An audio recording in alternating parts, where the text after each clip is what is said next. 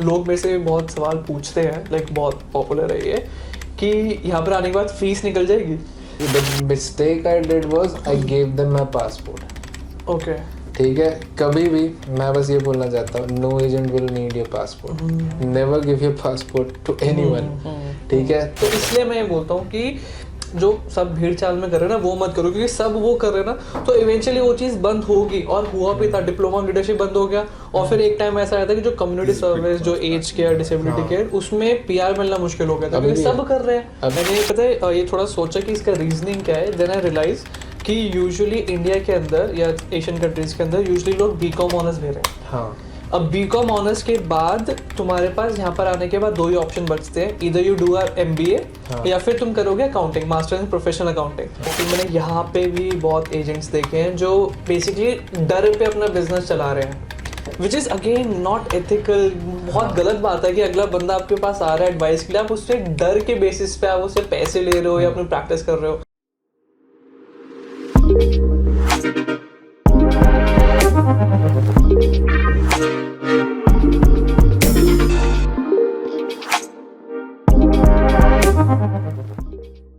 जी भाई अकाउंटेंट। तो वैसे पहले मुझे एक चीज़ बताओ कि आप ऑस्ट्रेलिया क्यों आए? मतलब आप कनाडा जा सकते थे, यूके जा सकते थे, बट ऑस्ट्रेलिया कैसे डिसाइड हुआ आपका? मैं यार ऐसा कुछ ऐसा रीज़न था इसका, पर मैं हमेशा से यूएस जाना चाहता था। लाइक वो मूवीज़ देख देख के बड़े हुए, तो वही आदत, मतलब ऐसा था कि मैं ज़्यादा इन्फ्लुएंस था वो न्यूयॉर्क मूवी देखने के बाद कि मुझे भी जाना है, यूसीएलए वगैरह वगैरह। फिर वेल उस टाइम औकात का कॉन्सेप्ट नहीं मालूम होता ना, तो वो जब फीस पता चलती है कि अच्छा इतनी फीस है, तो फिर वही उसके बाद फिर पता चला कि यार नहीं ये तो नहीं हो सकता। तो आई अप्लाइड फॉर एयरफोर्स, उसका कॉल लेटर आया। तो मेरे घर वाले तो बहुत खुश थे कि चलो ये तो एयरफोर्स में चला जाएगा, मतलब जहाँ हम रहते हैं वो भी सब एयरफोर्स या आर्मी में है। तो रात में डैड ने मेरे को बिठाया, क्योंकि मैं बहुत बाहर जाना बचपन से बोलता था, बट सडनली ये भी हो गया। तो फिर उन्होंने मेरे को बोला कि तू डिसाइड कर तू क्या करना चाहता है, अभी तो कुछ शुरू नहीं किया, air force will be very better option for you, तेरे पे कोई लोन नहीं होगा, कोई पढ़ाई का प्रेशर नहीं होगा, you will just work and life will be very good. पर मुझे बाहर आने का कीड़ा था। तो कीड़ा आया भी कैसे, मैं ये जानना चाहता हूँ। दीदी थी ना ऑस्ट्रेलिया में। अच्छा, my own sister was in Australia. क्योंकि मैं ये जानना चाहता हूँ कि जैसे क्या होता है, हम अपनी लाइफ जी रहे हैं कि अपने जब इंडिया और पाकिस्तान कहीं पे भी है तो अपने आप जॉब वॉब कर रहे हो, तो मेरा कीड़ा जैसे मैं आसपास के लोगों को देख रहा हूँ सोसाइटी के अंदर, पहले एक बंदा बाहर जा रहा है, फिर दूसरा जा रहा है, फिर तीसरा जा रहा है, देन आप बातें करने लग जाते हो कि यार बाहर ऐसा है क्या, then you start doing research, तो वहां से कीड़ा जागता है। तो मैं जानना चाहता आपका कीड़ा कहाँ से जागा? मेरा यार मेरा तो दीदी जीजू को देख के जागा, because they were going into nice beaches वगैरह, बहुत अच्छी लाइफ दिख रही थी उनकी। और उन्होंने भी कभी बताया नहीं प्रॉब्लम्स क्या होती है भाई, क्या उस बीच के पीछे क्या होता है, बीच के पीछे क्या है, या वो बड़ी बड़ी बिल्डिंग्स के अंदर क्या होता है, वो कभी नहीं बताया। तो उसका मुझे मतलब एक जागा अंदर से कि यार मुझे भी जाना चाहिए, I should explore, I should see, है ना।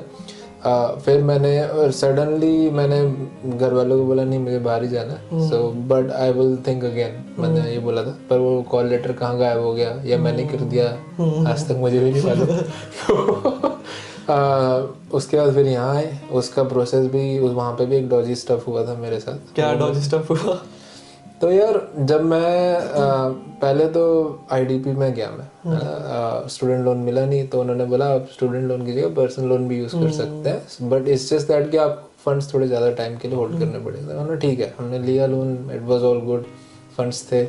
पर आईडीपी का क्राइटेरिया बहुत था, जैसे डैड की शॉप थी, कैश बेस इकोनॉमी थी उस टाइम, इंडिया ज़्यादा है ना, तो उन्होंने बोला आपको अपने सप्लायर से रिसीट्स और लेटर लाना पड़ेगा, ये वो। फिर डैड बोलते नहीं यार इतना बहुत ज़्यादा डॉक्यूमेंटेशन। तो फिर हम गए पंजाब, क्योंकि सब एट द हब जो है जो पूरे इंडिया में कहीं नहीं हो सकता, वो पंजाब में हो सकता है, वो पंजाब में हो सकता है। तो हम गए अमृतसर, हमारे एक फैमिली फ्रेंड थे, उन्होंने बोला कि हमारा बेटा उस टाइम वो भी मेलबर्न गया था, तो इनसे गया था, एक सागा करके थे, तो वहाँ मैं गया। उन्होंने मेरे से सारे डॉक्यूमेंट्स लिए, सब कुछ, मार्क्स अच्छे थे, तो उन्होंने बोला आप कहाँ जाना चाहते हैं आईडीपी में। फिर मैं गया हुआ था, मैंने बोला मुझे इसी यूनिवर्सिटी में जाना है, मुझे आप कोई ऑप्शन नहीं दोगे, ना ही मुझे भी ऑप्शंस चाहिए। उन्होंने बोला ठीक है। तो उन्होंने अप्लाई किया, प्रोसेस शुरू किया, जो भी है ना, वो यूजुअली डिप्लोमा वगैरह में भेजते थे बच्चों को, तो उनके पास भी इतने रिसोर्सेस नहीं थे कि आप एक आईडीपी की यूनिवर्सिटी को लेके आना। तो उन्होंने मुझे दिल्ली में, मतलब मुझे पता नहीं था ये सब हो रहा है, तो सॉरी, मेरे पीछे से उन्होंने दिल्ली में एक ब्लू स्काई इमिग्रेशन था, उसको फाइल दी थी मेरी, जो संभालता था सब कुछ, जो भी कर रहा था। मुझे 3 महीने तक कुछ नहीं पता था क्या हो रहा मेरी फाइल के साथ, है ना, और मेरा सेमेस्टर बहुत पास में आ रहा था। तो मैंने आईडीपी में गया, मैं फिर से, मैंने कहा मुझे कुछ समझ में नहीं आ रहा, there is something wrong, so I would like to change my agent and मैं तुम्हारे पास आना चाहता हूँ। वहाँ वसुधा करके मैम थे, अभी भी है मेरे साथ लिंक्डइन, बहुत अच्छे हैं। सो शी सेड कि हम कर सकते हैं, and she gave me form, सब कुछ रेडी था।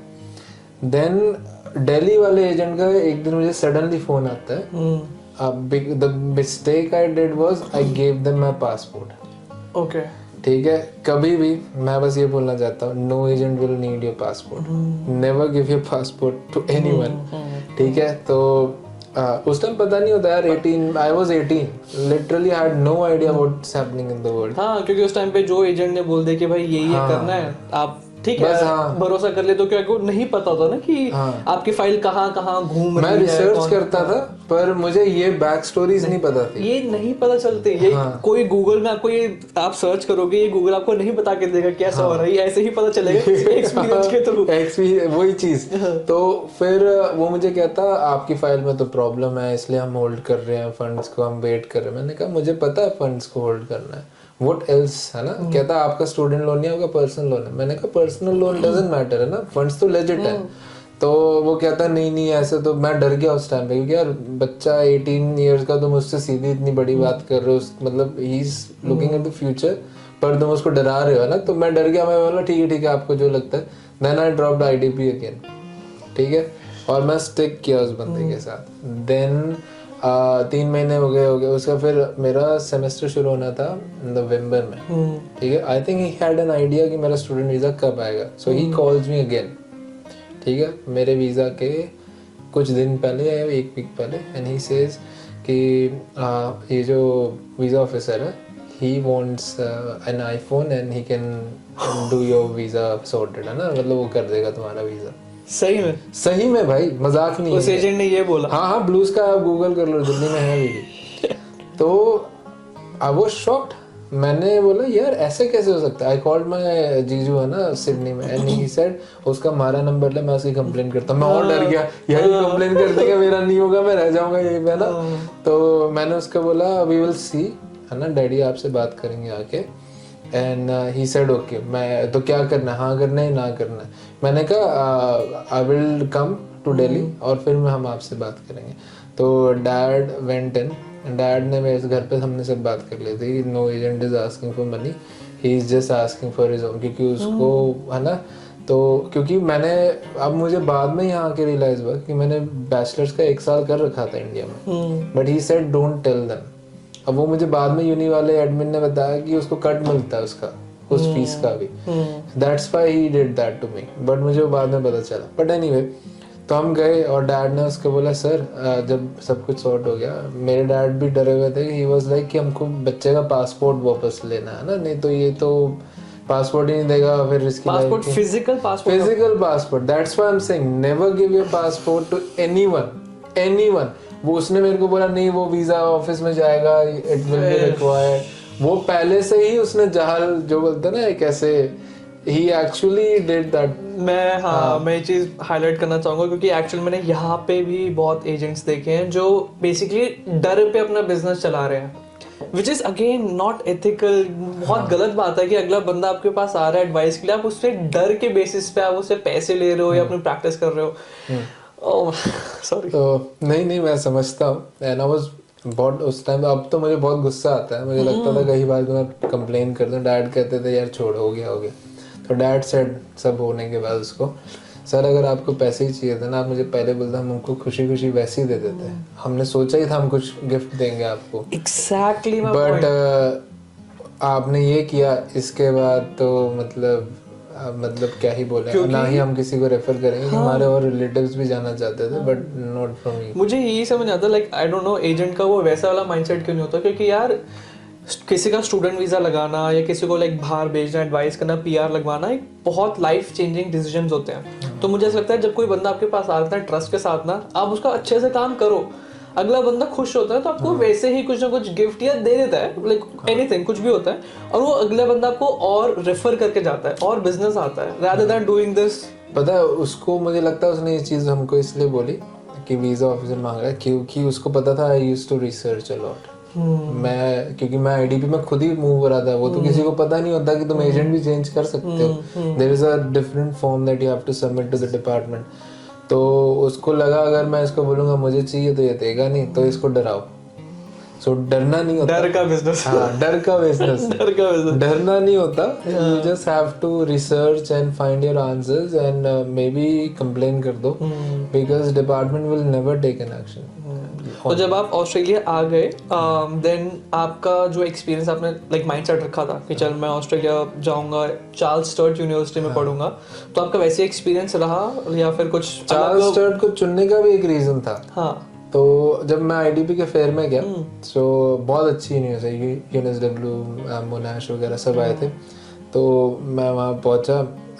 अब हमारा मतलब नासिक में छोटे छोटे नॉर्मल घर है, तो मुझे कॉफ़ी की स्मेल आज भी याद है, मतलब इट वाज सो गुड।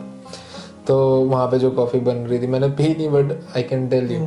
तो जब हम गए, डैड कहते हैं बहुत बड़ी जगह है, I don't think we belong here, है ना। तो मैंने कहा कोई नहीं, देखते हैं क्या होता है। एंड दिस इज मेरी आज भी याद है, मैं ऐसी चीज़ें करता हूँ जो बहुत दूर है मेरे रीच से बाहर है, but then I get a kick, और फिर उसके लिए मेहनत करना। Good, now that's good. तो फिर हमने बात की सबसे, मोनाश की फीस ही बहुत ज़्यादा थी वगैरह वगैरह। मक्वेरी यूनिवर्सिटी ने मुझे स्कॉलरशिप ऑफर किया था $15,000 का फर्स्ट ईयर के लिए सिर्फ, पर डैड कहते फिर बाकी के 2 साल क्या करेगा, तो फिर वो मक्वेरी को ड्रॉप करना पड़ा। बट आई लव मक्वेरी, मुझे लगता था कि मैं जाना चाहता था वहाँ पे, बट देन फिर यूएनएसडब्ल्यू गए, उसको मैंने बताया मुझे एडमिशन है, वो बंदा बड़ा रूड एरोगेंट सा था, बट एनीवे मैंने उसको अपने पर्सन, मुझे लगता था मैंने बहुत अच्छा स्कोर किया, मतलब 90s में आए मेरे या जो भी है। तो अच्छा स्कोर है 90s में भाई, सब में 95 थे, इंग्लिश और हिंदी को छोड़ के सब में 95 थे। तो उसको मैंने बताया, उसने सारा लिखा, हिंदी को उसने हटा दिया, कहता है हिंदी वोंट बी काउंटेड। उसने उसका एवरेज निकाला, बोलता 91%, you just got 91%, I can not guarantee you the admission. उसने मेरे मुंह पे मारा। उस टाइम पे मुझे रियलिटी चेक, वो जो कहते हैं ना हम्बलिंग एक्सपीरियंस, वहां पे मैं हम्बल हो गया था कि यार शिट मैन भाई। और 12th में मतलब बहुत ही कम लोगों के 90+ आते हैं, और उसको आप 91% वालों को आप ऐसा बोल रहे हो। हाँ, वो कहता हमारा मिनिमम कट ऑफ ही 93 है। अच्छा जी। हाँ, तो कहता आईसीएसई बोर्ड और सीबीएसई में मैंने किया था, तो कहता इन दोनों का जो कट ऑफ है वो हमारा 93 है, and we only give admissions to people who get this, है ना। हम 91 भी कर सकते हैं, but you won't be in priority. तो डैड कहते ये तो छोड़ दे, इसकी फीस भी बहुत ज़्यादा। तो फिर चार्ल्स स्टड वाली एक बंदी मिली, एंड शी वाज भी, वो भी पंजाबी बैकग्राउंड से, so she talk to my dad very easily. पर उसने मेरे डैड को बोला था, सर 3 साल लंबा होता है, बहुत time. So when you send your kid, just be aware 3 years is a very long time, and then उसके बाद आपके बच्चे को 2 साल का और वीज़ा मिलेगा if he finishes studies to stay there, and और उसमें बच्चे कई बार वापस नहीं आते। So make sure you really want to do this for your kid. And मेरे डैड थोड़े, he was taken aback, but he thought I trust my kid, ना। तो उसमें हुआ, हम घर गए, मम्मी कहती इतने पैसे नहीं लगाने मैंने एक बच्चे के ऊपर। हमारी इसमें नहीं, एक्चुअल में बहुत जेन्युइन बात है कि जब आप फैमिली में रह रहे हो, जॉइंट फैमिली के अंदर, तो आपको एज अ पेरेंट आपको सोच के चलना पड़ता है कि यार ये बाहर जाएगा, अगले वाले बंदे की कुछ और क्वालिफिकेशन या शादी। बहुत बहुत जेन्युइन बात है। मेरा भाई, दीदी की शादी हुई थी उसके पहले, तो एंड शी वाज लाइक नहीं। फिर डैड कहते देखो बड़े वाले पे हमने सब किया, सो वी कांट लीव छोटा वाला। So this is how I ended up being coming to Australia. आते ही मेरी बहन तो बहुत रोई, जैसे ही मैं लैंड हुआ, I still remember she cried, and मेरे जीजू कहते हैं यार अब बस चुप हो जा, जाना भी है। She cried, she got a bouquet, और मेरे जीजू मेरे लिए एक स्कार्फ से वो बहुत अच्छा एक्सपीरियंस रहता है। हाँ, मेरे पास कोई फोन नहीं था, कुछ नहीं था, मैं आया, मैं वहाँ सबकी शक्लें देख रहा हूँ, इट वाज सो न्यू। और मेरी एक आदत है, whenever I go somewhere I smell the place, like smell करता हूँ, फील करता हूँ इस चीज को। मतलब कहते हैं ना कि जब आप एयरपोर्ट पे उतरते हो लाइक फॉरेन लैंड के अंदर, तो आपको वो एक्सपीरियंस नहीं भुलाया जाता। एंड स्पेशली अगर उस टाइम पे जिस बंदे ने आपको पिक करा है, अपने घर लेके गया है, कहीं और लेके मैं गया बहुत है, नर्वस था। वो नहीं भुलाया जाता। मतलब नर्वस याद है, मैं जब मेरा ये सारा प्रोसेस चल रहा था ऑस्ट्रेलिया को लेके, मैं पूरे टाइम में कभी नर्वस नहीं हुआ। लाइक मैं ऐसा बहुत कॉन्फिडेंट किड भी नहीं था कि यार, और मैं बहुत इंट्रोवर्ट शाय सा था, तो मुझे कभी ऐसा डर नहीं लगा। मुझे डर लगा जब मैं एयरपोर्ट पहुंचा एंड मैंने एयरपोर्ट देखा, मुझे वहां 10 मिनट का डर लगा। मैं लाइक मैं बाहर जा रहा हूँ, हाँ, लाइक सब छोड़ के अकेला। जॉइंट फैमिली में रहता हूँ, हमेशा मेरे दोस्त आसपास रहे, कभी अकेला नहीं रहा। मैं अकेला जा रहा हूँ, मुझे वहां डर लगा 10 मिनट के लिए, बट देन इवेंचुअली सबसे मुझे याद है मुंबई एयरपोर्ट पे हम गए, काफ़ी लंबी ड्राइव थी नासिक से, मतलब 2 ढाई 3 घंटे जो भी। एंड मम्मी को मैंने लास्ट टाइम, मतलब the connection I had with my mother, वो लास्ट वहाँ पे ही था, मतलब ज़्यादा। आई सॉ उन्होंने ऐसे हाथ रखा जब मैं अंदर गया था, and she was crying a lot. I think she knew that I won't be the way I was again, ever again, है ना। She cried a lot। अभी मेरे को गूज़बम्स आ रहे हैं मुझे। सो या मैं वो भूल नहीं सकता। एंड आई टर्न बैक और मैं सीधा चलता गया। उसके बाद मैं पीछे नहीं मुड़ा। अगर मैं पीछे मुड़ गया, I won't be able to go. So I just kept on going. वो बहुत डिफिकल्ट, बहुत मुश्किल कंबाइंस होते हैं। In that point I wish I had known that was the last time I would be so close to my mother. उसके बाद she was gone in 2020 जब कोविड हुआ। आई विश बहुत चीजें नहीं पता होती। हाँ, बट वेल, ये चीज़ भी सबको पता होनी चाहिए। You leaving everything behind, mentally बहुत प्रिपेयर होना पड़ता है। मैं नहीं था। पता है मैं ये बहुत अच्छा पॉइंट है, क्योंकि जब मैं जा रहा था ना, तो अगेन जैसे मैं बता रहा था, मेरी सोसाइटी में बहुत आसपास के लोग जा रहे हैं, देख रहे हैं, तो मैं ये भी स्टोरी बहुत सुनता था कि बहुत लोग वापस भी आ रहे हैं क्योंकि वो मेंटली इतना स्ट्रांग नहीं थे, या वहाँ पे जाके बहुत लोनलीनेस, डिप्रेशन सा उनको फील हो रहा था फैमिली के बिना, तो वो वापस आ रहे थे। तो ऑनेस्टली मैं जाने के टाइम पे मैंने इतना माइंड स्ट्रांग कर लिया था कि अब मैं जा रहा हूँ ना, मैं वापस नहीं आऊंगा। मतलब वापस एज और मेरे घर वाले भी चाहते थे कि मैं पीआर लूँ, वहीं पे सेटल हूँ।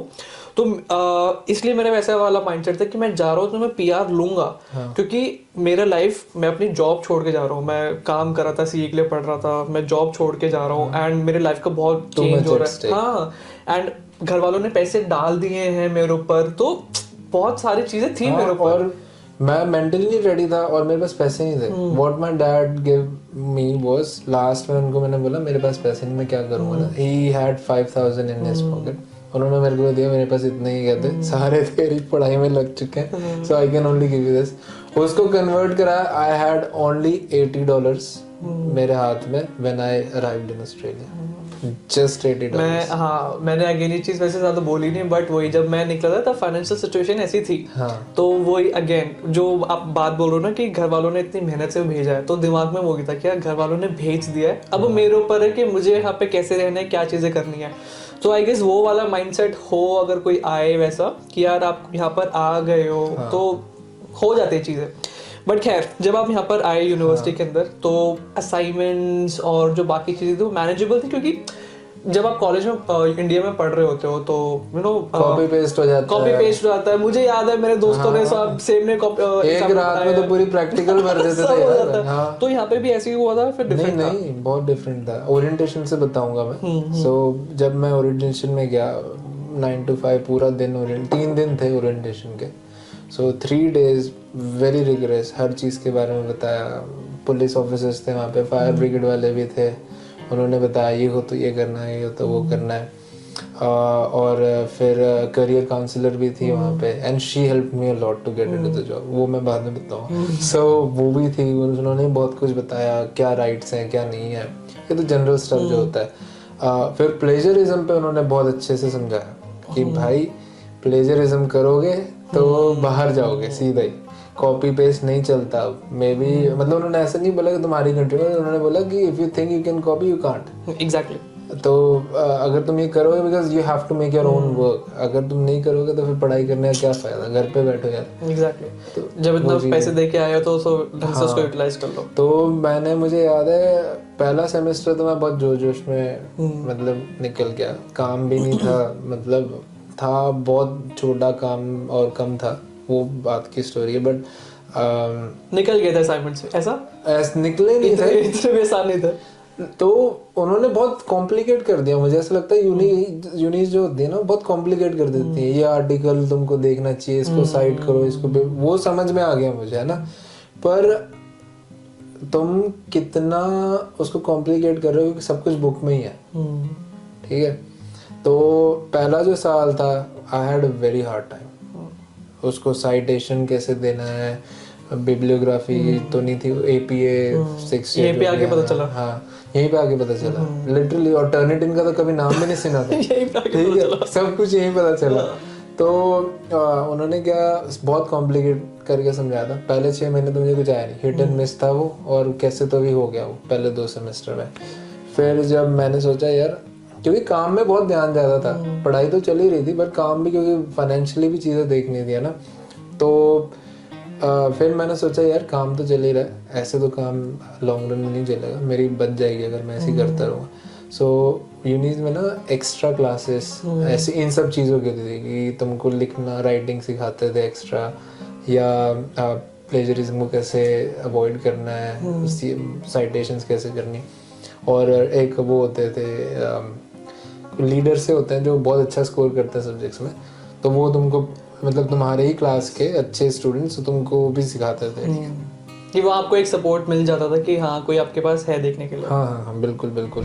अच्छा, लेकिन वैसे अगर ऑडियंस को जो जिनको नहीं पता, जो वेबसाइट थी जो उसमें आप प्लेगरिज्म चेक होता है, टर्निटिन, उसके बारे में बताओ अगर आप।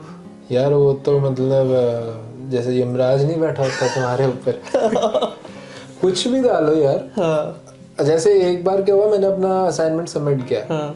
So it was only law का असाइनमेंट था, और उसका परसेंटेज आया कुछ, लॉ में वैसे ही ज़्यादा परसेंटेज आता है, तो not a good example, similar चीज़ ही हुई थी एक और। तो 20% कुछ थ्रेशोल्ड था, और मेरा लॉ का नहीं किसी और का सब्जेक्ट का बता रहा हूँ, क्योंकि लॉ का बहुत ज़्यादा कोड करना होता है। हाँ, तो 15% 14% था। I was so happy. रात के 12 बजने से पहले मैंने सबमिट किया ना, लेट्स स्लीप ना, है ना। सुबह उठा, उसने मुझे दिखाया 35-40% सिमिलैरिटी। हाँ। पता नहीं कौन सी कनाडा की यूनिवर्सिटी, कहीं किधर मैंने सोचा यार ये क्या हो गया। देखा तो उसने द पिक किया हुआ है, एन पिक किया हुआ है, मतलब उसने ऐसी ऐसी चीजें पिक की ना। मैं गया फिर यूनिवर्सिटी ना, मुझे ईमेल आ गया यूनिवर्सिटी और जो ऑटोमेटेड होता है कि तेरा असाइनमेंट अगर go talk to your teacher. गया, वो कहता नहीं तूने कॉपी किया, वो तो था ही कुछ अलग ही लेवल का, तो तभी आ रहा है, ऐसे नहीं आता, तो तेरे पे हम डिसिप्लिनरी एक्शन लेंगे। हाँ, क्योंकि मैंने काफी सुना था कि ऑब्वियसली इन सब चीजों को बहुत सीरियसली लेते हैं, बहुत ज्यादा। तो एक्चुअल में कुछ बंदे ऐसे थे जो डिपोर्ट हो गए थे। हाँ, कि लाइक आपका हमारी यूनिवर्सिटी में एक केस था। हाँ, वो डिपोर्ट हो गया था। डिपोर्ट नहीं हुआ था, उसको मतलब फेल कर दिया था पूरा सेमेस्टर। हाँ, सो जितनी भी उसने फीस दी या जितना भी उसने पढ़ा, इट वाज ऑल वेस्ट। पूरा सेमेस्टर गया उसका। मैं वही यही तो मैं कह रहा हूँ, कितना ज्यादा डिफरेंस है वो इंडिया कॉलेज के अंदर और यहाँ के पढ़ाई के अंदर, कि भाई कॉपी वॉपी तो कॉपीराइट एक्ट आ जाता है ना, क्योंकि वो इसको भी कवर करता है। हाँ एग्जैक्टली। बट ये तो था, बट फिर उसके साथ आप कहाँ पे रह रहे थे? दोस्तों के साथ रह रहे थे? मैं फैमिली के साथ रह रहा था। अच्छा। दीदी जीजू के साथ स्टार्टिंग में, तो बहुत अलग एक्सपीरियंस था वो भी। तो क्या ही बताऊं मैं। हाँ, वो फैमिली के साथ रहने में, दोस्तों के साथ रहने में बहुत फर्क है। मेरे फ्रेंड्स थे जो फ्रेंड्स के साथ रह रहे थे, और वो अपनी चीजें, उनकी लाइफ भी डिफिकल्ट थी एक वे में, मेरी थोड़ी सिमिलर थी, बट डिफरेंट था, मतलब डिफिकल्ट था मतलब। क्योंकि मैं ये कहूँगा कि जो फैमिली के साथ रह रहा होता है ना यहाँ पे, लाइक एज एन आउटसाइडर, वो कहता है कि यार इसकी लाइफ तो बड़ी मस्त है, आराम फैमिली के साथ रह रहा है। पढ़ाई करते वक्त मैं क्या कहते हैं, कभी क्लब नहीं गया, कभी मैं नाइट आउट नहीं कर पाया। एक बार मैंने किया, उसका भी बहुत बड़ा ड्रामा हो गया था। और मैं कभी मतलब मैं सिडनी 5 साल रहा, और उन 5 सालों में मैं वो 3 साल उनके साथ रह गया, इतना ऐसे बंद सा हो गया ना, मैंने कहीं जाना ही छोड़ दिया। मैं एक सा एग्जांपल मुझे याद आ रहा है, क्योंकि मैं जब मेलबर्न में था तो मेरी एक फ्रेंड थी, तो वो मामा चाचा के साथ रहते थे, मुझे याद नहीं। सो अगेन उसके साथ ना वो इंडिया वाला सीन ही था हाँ, कि same. 5-6 बजे तक घर आ जाना है, रात से पहले घर आना है। एंड वो अब हम तो सारे अकेले के लिए आए थे, अब हम घूम रहे हैं फिर रहे हैं, कुछ ना कुछ आप कर रहे हैं, तो वो कंप्लेंट कर रही है तुम तो घूम रहे हो, मुझे घर जाना है, मुझे रिक्वेस्ट लेनी। वो मैं कसम से कह रहा हूँ, मुझे अच्छे से याद है जब उसके मामा चाचा गए थे ना इंडिया वापस 1 महीने के लिए, वो बंदी घूमी ही वो 1 महीना हमारे साथ रह के। हाँ, वो तो मैं समझ रहा हूँ। हाँ, एंड वहां से रियलाइज कि यार मतलब बाहर आने के, यहाँ पर आने के बावजूद भी ना वो जो एक इंडिपेंडेंट फैक्टर होता है ना कि आप यहाँ पर आके अपने डिसीजन ले रहे हो, जो एक आपकी कैरेक्टर डेवलप होता है, वो हुआ नहीं, क्योंकि वो अगेन वो बहुत शेलो प्रोटेक्टेड मेरा भी नहीं हुआ ऑनेस्टली। उन 3 सालों में नहीं हुआ जब तक मैं अपने दीदी जी के साथ रह रहा था। 3.5 साल भी गए, उसके बीच में मैं निकला था इन्हीं वजह की वजह से कि I wasn't able to open up in my own way, है ना। तो मैं आयरिश लड़कों के साथ रहा, आयरिश और एक ऑजी था। वो एक्सपीरियंस और भी ख़राब, क्योंकि वो थे ड्रगी। तो उन्होंने पार्टियां करनी और मैं पढ़ता था, मुझे आवाज़ आती थी, उनको बार बार बोलना पड़ता था बंद कर दो। एक मेरे लिए टिपिंग पॉइंट उनको वहाँ से निकलने का ये था। एक दिन पुलिस आई सुबह घर पे, उन्होंने मेरा पूरा रूम चेक किया और मुझे कहते हैं कि हु आर यू वगैरह वगैरह, मेरी आईडी पासपोर्ट चेक किया। तो मेरे से पूछा क्यों रहता है, मैं कहता मैं यहाँ टेनेंट हूँ, मैं ऐसे स्टूडेंट हूँ, मतलब मैं जस्ट पेइंग रेंट व्हाटएवर। तो वो कहते हैं हाउस ओनर का, मतलब ऊपर रहता है। उसके घर ले, उसको खींच के नीचे लाए और उसके पता नहीं क्या कोकीन था उसके पास, क्या था, and that was it। मैंने अगले दिन बैग पैक किया, मैंने बोला भागो यार, स्टूडेंट लाइफ चल रही है, तुम्हारे 10 चीजें चल रही होती है, ऊपर से घर में भी हाँ, सब चल रहा असाइनमेंट यार। उस सेमेस्टर तो मैं 4 सब्जेक्ट कर रहा था। जिस दिन मेरा लास्ट एग्जाम हुआ ना, और एग्जाम भी इतना गंदा था, सुबह एक और शाम को एक, 2 एक साथ, मैं घर पहुंचा, जितना मर्जी था मैंने सब पैक किया। मैंने मेरी दीदी को फोन किया and she was like alright, नहीं जस्ट लीव एंड आ जा, and I just went back वापस से। तो फिर उसके बाद जब घर वालों के साथ फिर रहे काफी टाइम तक, फिर उसके बाद कहाँ पे शिफ्ट हुए या नहीं, मैं हुआ क्या था, मेरे दीदी जी ने फिर घर ले लिया। Okay so they moved out और मैं उसी घर में रह रहा था मेरे जीजू के रिलेटिव के साथ में। वो एक अच्छा एक्सपीरियंस था, क्योंकि वहाँ मैंने ड्रिंक शुरू की। मैं पीता भी नहीं था, मतलब पूरी स्टडी के टाइम पे I did not drink, because time ही नहीं था यार। और घर वाले इतनी नजर रखते थे। The same relative he actually put a spyware in my phone without me knowing. जब मैं ऑस्ट्रेलिया आया था तो मैं जहाँ जाता था मुझे जो मैसेजेस आते थे, पता नहीं कौन सी ऐप पे क्या था, and he hide it in my phone. तो मुझे पता चला एक दिन he was giggling with my जीजू एंड मेकिंग जोक कि इसको तो ऐसे तेरे को तो अच्छा ये मैसेज आ रहा था इस लड़की से, जो भी है। How does he know? एंड जब मैं अंदर मैंने फोन ढूंढना शुरू किया and then I found the app, it was hidden in my phone. And उसके बाद मैंने सोचा फार, ये तो मुझे ऐसा लगता है कभी-कभी किसी इंडिया में भी इतना नहीं होता। ना पता नहीं क्या चलती, मुझे भी मुझे समझ में नहीं आया, मतलब why he was keeping an I on me या जो भी है। दिस इज एक्सट्रीम बहुत ज्यादा। तो घर वालों के साथ you are in a bubble, बहुत जैसे इंडिया में रहते हो, यहाँ पे सेम चीज, कितने बजे आएगा, कब जाएगा, क्या काम करेगा, क्या नहीं करेगा, they have a lot of influence on your decision. मेरे लिए मुझे आज में when I look back on that note, मुझे ऐसा लगता है कि जो भी हुआ या जैसा भी है, माय सिस्टर एंड माय जीजू, जिन्होंने भी, मतलब सारे घर वाले, उन्होंने बहुत प्रोटेक्ट करके रखा मुझे, and in a way it's good.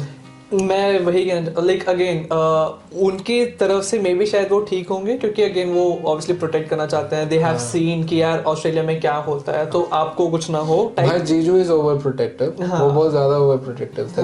क्योंकि मुझे याद है जब मैं सिडनी में, इन्होंने मेरे लिए ऑलरेडी एक जॉब लाइन अप करके रखी थी किसी बेकरी में, जहाँ पे उनका रिलेटिव काम करता। उस बंदे ने मुझे 3 हफ्ते काम कराया एंड ही डिड नॉट पे अ सिंगल डॉलर।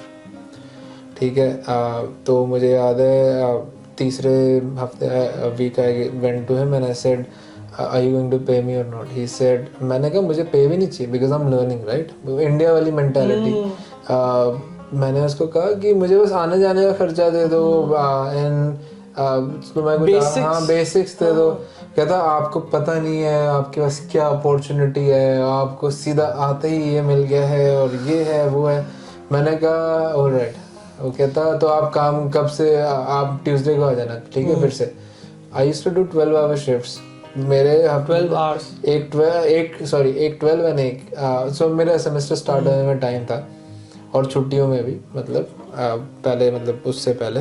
सो अब उसने बोला आप सीख लो, उसके बाद देन यू कैन, जैसे ही तुम्हारा सेमेस्टर शुरू हो जाएगा देन, मतलब वो 3 हफ्ते वाज वेरी डिफिकल्ट। हर दिन नहीं होती थी जॉब, मतलब 2 दिन ही होती थी।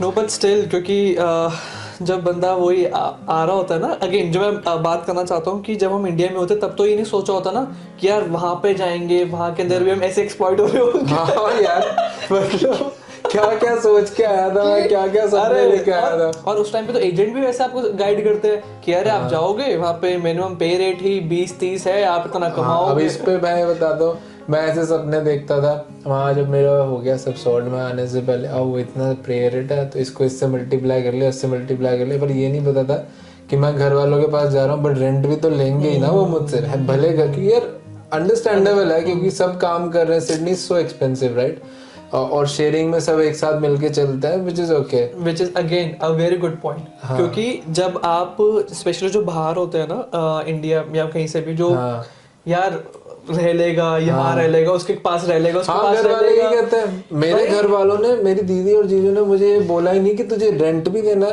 तुझे ये भी देना, तुझे ये भी देना है। और मुझे याद है मेरे जीजू ने मुझे फोन पे बस इतना बोला था, the moment you step out of the house then you are on yourself, right, ठीक है, इसके बाद तू वापस कभी नहीं जाएगा अपने घर।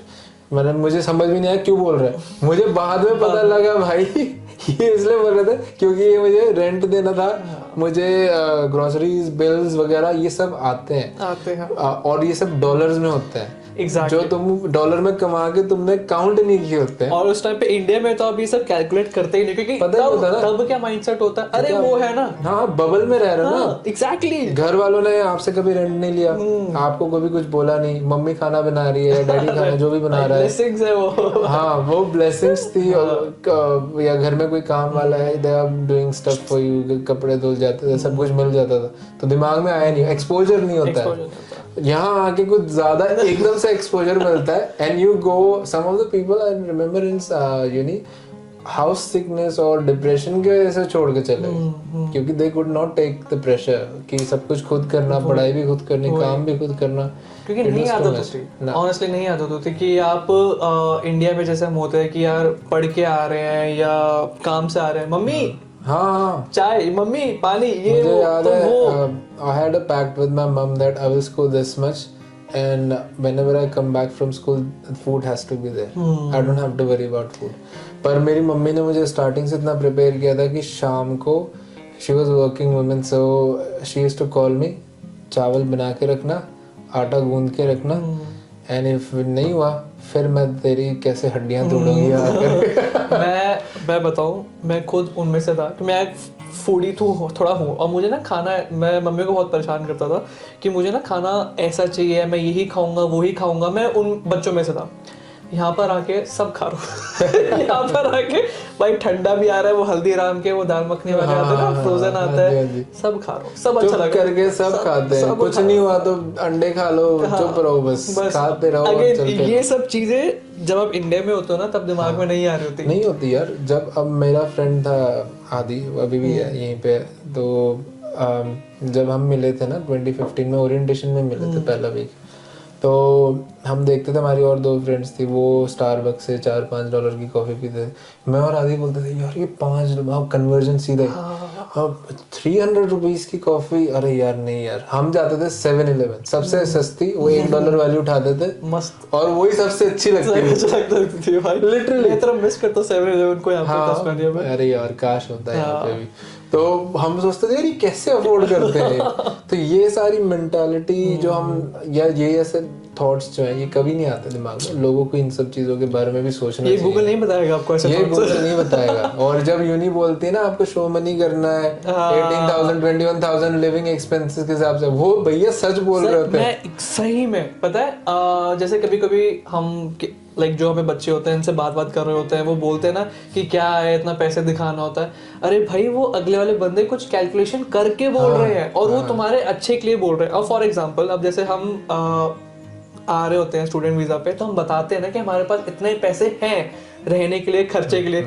अब वो अलग बात है कि हमने वो पैसे कहाँ से अरेंज कर रहे हैं, ऐसे दिखाने के लिए कर रहे हैं, लेकिन हम बता रहे हैं ना कि भाई हमारे पास इतने पैसे हैं, तो इसलिए गवर्नमेंट तुम्हें वीजा दे रही है कि चल तुम्हारे पास पैसे हैं, तुम खर्चा कर लोगे। अब यहाँ पर आके तुम्हारे पास पैसे नहीं है तो तुम गवर्नमेंट को ब्लेम नहीं कर सकते कि भाई मेरे पास वो पैसे नहीं है। वो तो गवर्नमेंट की गलती नहीं है। हाँ वो तो बिल्कुल सही है। ठीक है। तो फिर जब क्योंकि सिस्टम ही ऐसा है, इकोनॉमी ऐसी बनाई है कि इतने पैसे लगने फॉर श्योर, तभी उनका कैलकुलेशन उस पे। तो फिर वहां से जब फैमिली के साथ निकल के फिर कहाँ पे रहे आप? फिर उसके बाद नहीं, मैं घर सेम ही रह रहा था। फिर मैं इंडिया गया, जो भी एंजॉय वगैरह किया, वापस आते ही मैं एजेंट के पास गया, लेट्स गेट सीरियस, है ना, पढ़ाई होकर 1 साल हो चुका है, जो भी मतलब मेरा पढ़ाई की फीस की वजह से थोड़ा प्रॉब्लम्स हुए थे वो सारे कवर करके आई थॉट कि अब मैं ऐसी स्टेज पे हूँ जहाँ पे मैं कर लूँगा। बट मुझे थोड़ी पता था कोविड आने वाला है, तो किसी को नहीं पता था। तो मैं एजेंट के पास गया, मैंने उसको बोला व्हाट आर दी ऑप्शन, बोलता यू हैव नो ऑप्शन। पहला एजेंट मुझे बोलता तेरे को फिर से पढ़ना शुरू करना पड़ेगा। क्योंकि आपकी अकाउंटिंग थी, अकाउंटिंग IT वाज लिटरली एफ्ड। ठीक है, उस टाइम पे अभी भी है अकाउंटिंग में PR लेना बहुत मुश्किल है। अभी मेरे से कोई पूछता है ना कि मेरी अकाउंटिंग है PR, मैंने कहा भाई बहुत मुश्किल है, मतलब नियर इम्पॉसिबल बोलूंगा मैं। आप डॉग सिटर बन जाओ, आप डॉग को घुमाने वाले बन जाओ, क्या वो है ना अभी नया आया लिस्ट में, तो आपको PR मिल जाएगी। भाई साहब वो अलग टॉपिक है, वो अलग टॉपिक है। बट यूट्यूबर बन जाओ, उस पे भी है। अब देखा काफी सारे चैनल्स खुल उस पे भी PR है, पर आपको अकाउंटिंग IT करके नहीं, क्योंकि हुआ ये कि इंडिया और बाकी जो हमारी एशियन कंट्रीज इतने भर गए। हर साल हमारी यूनि में कैलकुलेशन बताई हमको, जब हम पहले ओरिएंटेशन में कहते हैं every year there are almost 1 million graduates in accounting only, million या उससे ज्यादा इन IT। लोकल भी तो काउंट कर रहा हूँ, तुमको लगता है तुम बाहर से आ रहे हो, सिर्फ बाहर वाले ही पढ़ रहे हैं, तो 1 मिलियन में से कितनी जॉब जनरेट हो रही है? 25 मिलियन तो इनकी पॉपुलेशन है। मैंने पता है ये थोड़ा सोचा कि इसका रीजनिंग क्या है, देन आई रियलाइज कि यूजुअली इंडिया के अंदर या एशियन कंट्रीज के अंदर यूजुअली लोग BCom ऑनर्स ले रहे हैं। हाँ, अब BCom ऑनर्स के बाद तुम्हारे पास यहाँ पर आने के बाद 2 ही ऑप्शन बचते हैं, इधर यू डू MBA या फिर तुम करोगे accounting, master in professional accounting. MBA के अंदर स्किल असेसमेंट नहीं होती, which is again different thing. तो स्किल असेसमेंट एज इन तुम्हारे PR के नहीं होते, तो तुम्हें अकाउंटिंग में ही करना होता है।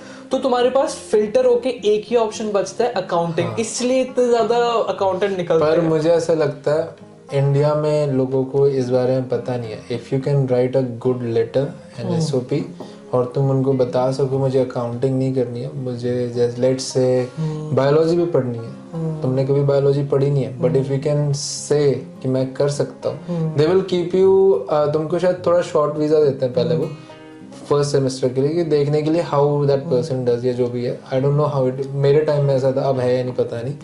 तो यू स्टडी और अगर तुम्हारा फर्स्ट सेमेस्टर अच्छा जाता है then you go off with the whole degree. Actual में क्योंकि अब जैसे अब कितने, जब हम जो बात करें कितने अकाउंटेंट आए थे, अब जरूरी थोड़ा ना वो आज के डेट के अंदर अकाउंटिंग जॉब भी करे, कितने लोग स्विच पहले दिन ही फेस पे स्लैप था जब हमको ये बताया गया कि जो ओरिएंटेशन दे रही थी वो कहती है we will give you an example.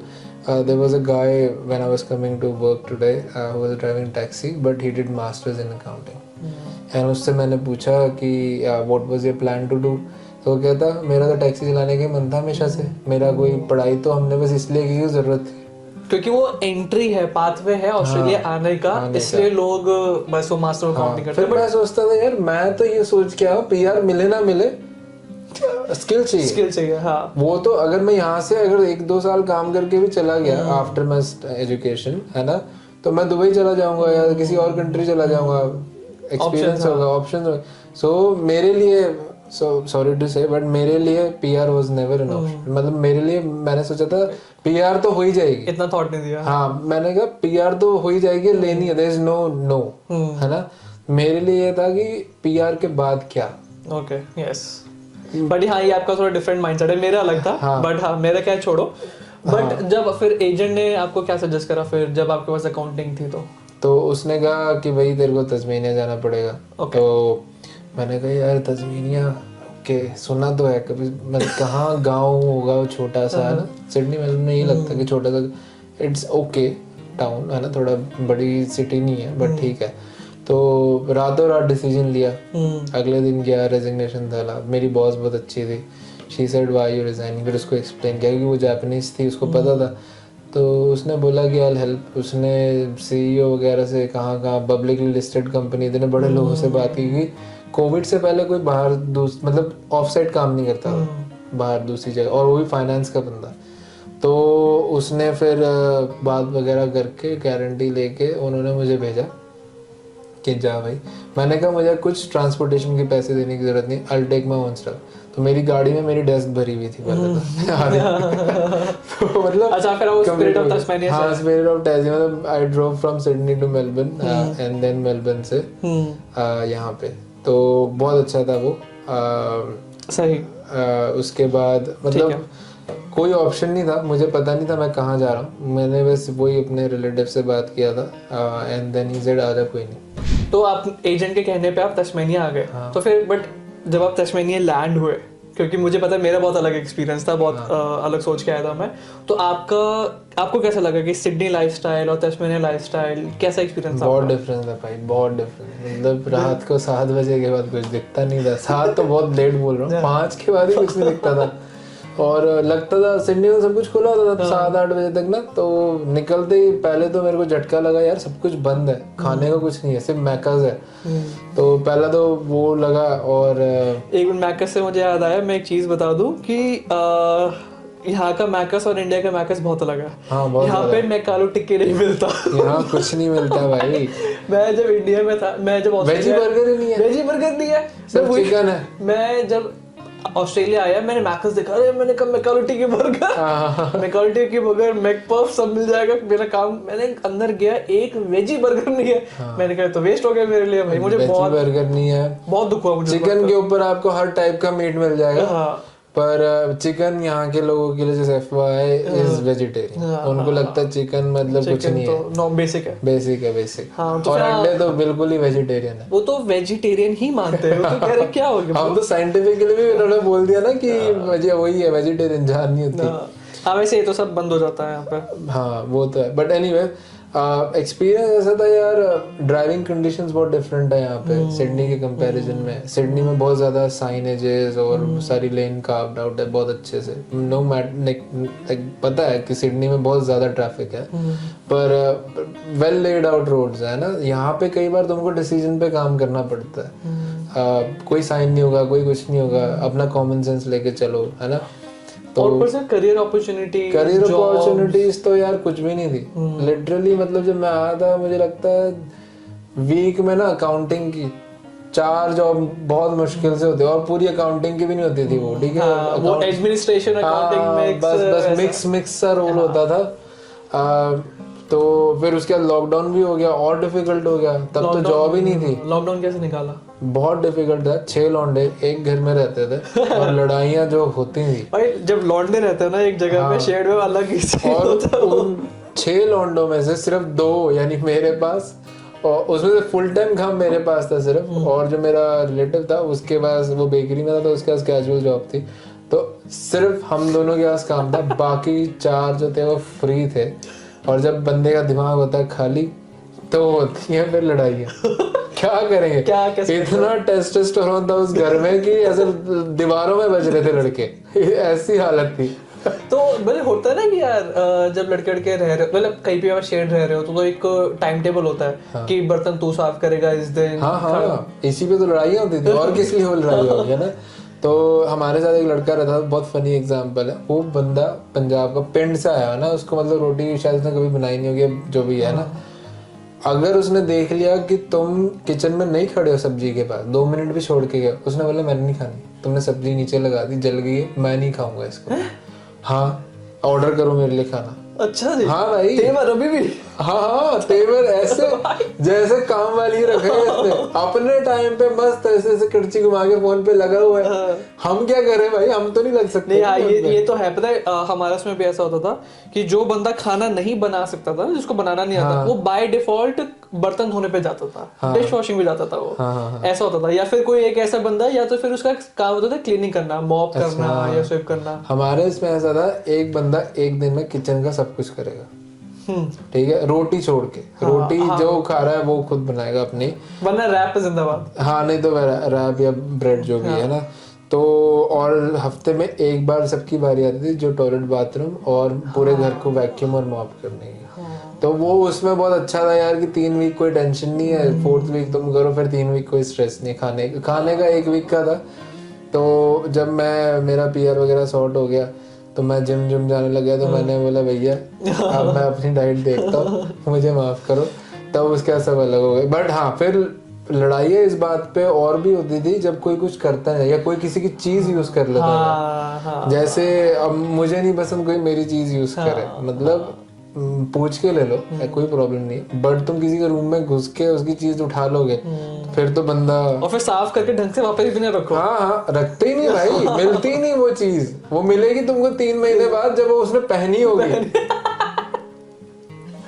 यार मुझे वो याद आ गया, वो बोलता है ना संजय दत्त, बाकी सब कुछ अपना समझ, अंडरवेयर, वहां पे अंडरवेयर भी नहीं छोड़ते भाई। तो देखो, अगर आप कपड़े रखोगे धो के और बंदे को जाना काम पे किसी को, ठीक है, मजाल अगर आपने कपड़ा छोड़ दिया और आपको दोबारा मिल गया, ठीक है, तो आप धो, उसी टाइम पे घर पे रहो, जब छुट्टी वाला दिन है कपड़े सूखे उठाओ, फोल्ड करो अपने रूम में अंदर।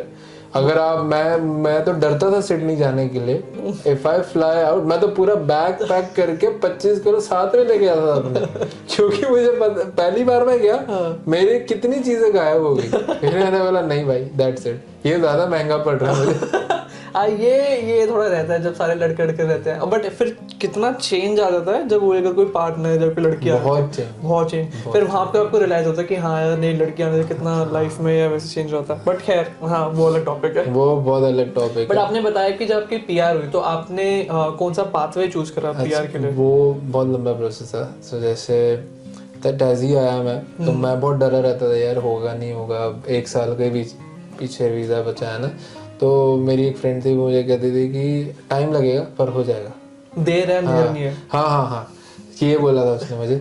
उस टाइम आसान भी था यार, अब तो क्या ही बना दिया इन्होंने, मतलब ग्रीन क्या रेड पता नहीं, समझ में नहीं आता अब तो मेरा एक रूटीन था पहले जब मैं आया ना यहाँ पे, आई वाज सो फोकस्ड। अब यहाँ जाने को तो कुछ है नहीं, पहले मैं सिडनी में 2 जॉब्स करता था क्योंकि एक्सपेंसेस ज़्यादा थे, अभी भी हैं, बट यहाँ पे है नहीं दूसरी जॉब का ऑप्शन, तो एनर्जी इतनी होती थी तो करें तो क्या। फिर मैंने पीटी, नाटी और diploma with full time job एक ही टाइम पे कर रहा था मैं। सो पहले 3 महीने में पीटी भी निकाल लिया, नाटी भी कर लिया, डिप्लोमा के असाइनमेंट्स भी चल रहे थे और जॉब तो चल ही रही थी। एक बार नाटी बता दो कि शॉर्ट में कि नाटी क्या है? नाटी यार ट्रांसलेशन का है, आप हाँ मुझे बहुत डिफिकल्ट लगता था, बट बाद में पता चला कोई डिफिकल्टी नहीं है। तो आपको बस हिंदी में कन्वर्ट करना है उसको।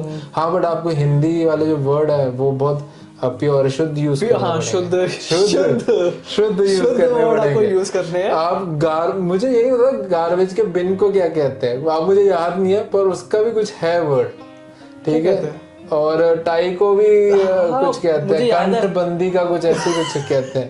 मेरे दोस्त कर रहे थे नाटी, तो उन्होंने मुझे बताया हिंदी के कुछ वर्ड, तो मुझे भी लगा, मैंने कहा यार मुझे लगता था हिंदी आती है मुझे, पर बाद में मुझे पता चला कि कार को आपको कार ही बोलना है। हाँ आप बोल सकते हैं, जिनका इंग्लिश में है वो मतलब थोड़ा बोल सकता है। मुझे नाटी पीटी से ज्यादा डिफिकल्ट है, पता है। बट हाँ मैं वही बताने वाला था कि नाटी बस वही है कि आप कोई भी लैंग्वेज के अंदर आप ट्रांसलेशन आप सीखते हो, तो उसके आपको जब आप वीजा डालते हो तो आपको एक्स्ट्रा 5 पॉइंट्स मिलते हैं। हाँ तो एक वो जो नाटी जो चीज होती है, तो आप वो सब कर रहे थे। पर उसका कोई मुझे लगता, हाँ वो भी कर रहा था। प्रोफेशनल ईयर भी किया मैंने सिडनी में। तो प्रोफेशनल ईयर मैं बस इतना बोलूँगा लोगों को, थोड़ी रिसर्च करो। मेरे वो पैसे खराब हुए क्योंकि मैंने यूज नहीं किया, वो मैं ना कर ही नहीं पाया, मतलब कर नहीं सकता। प्रोफेशनल ईयर भी 8-9 हजार का होता है, आराम से 8-9 हजार डॉलर का। वो तो अकाउंटिंग के लिए, आईटी के लिए और भी ज्यादा है, 13-14,000 इतना जाता है। तो वो भी बेसिक अगर आप जाओगे ना नेविटास या ऐसे, तो उनका तो बहुत ज्यादा है। मोनाश या नेविटास जो कराते हैं ना, तो आप रिसर्च करो मैं ये कहूँगा, और उसमें देखो आपको इसकी जरूरत पड़ेगी या नहीं पड़ेगी। मैंने इसलिए किया था, उस टाइम सब डरे थे, सभी कर रहे थे वो जो सब कर रहा है ना, वो भेड़ चाल में बहुत होता है। पर मुझे एक चीज अच्छी मिली, मुझे दोस्त अच्छे मिल गए वहाँ। वो आज तक दोस्त है मेरे। और उनमें से एक ने मुझे अपनी लाइफ में इतना मोटिवेट किया है ना, पार्थ नाम है, वो सीपी है। तो आई सॉ दैट गाय और the way he does things, और मैंने एटलीस्ट मैं इतना थैंकफुल था कि इतने पैसे देके मुझे लोग अच्छे मिल गए।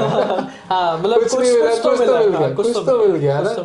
तो नाटी, सो बी वेयर कि आपको क्या करना है। मेरे ऐसे भी दोस्त ना जिन्होंने नाटी भी नहीं की, जिन्होंने प्रोफेशनल ईयर भी नहीं किया।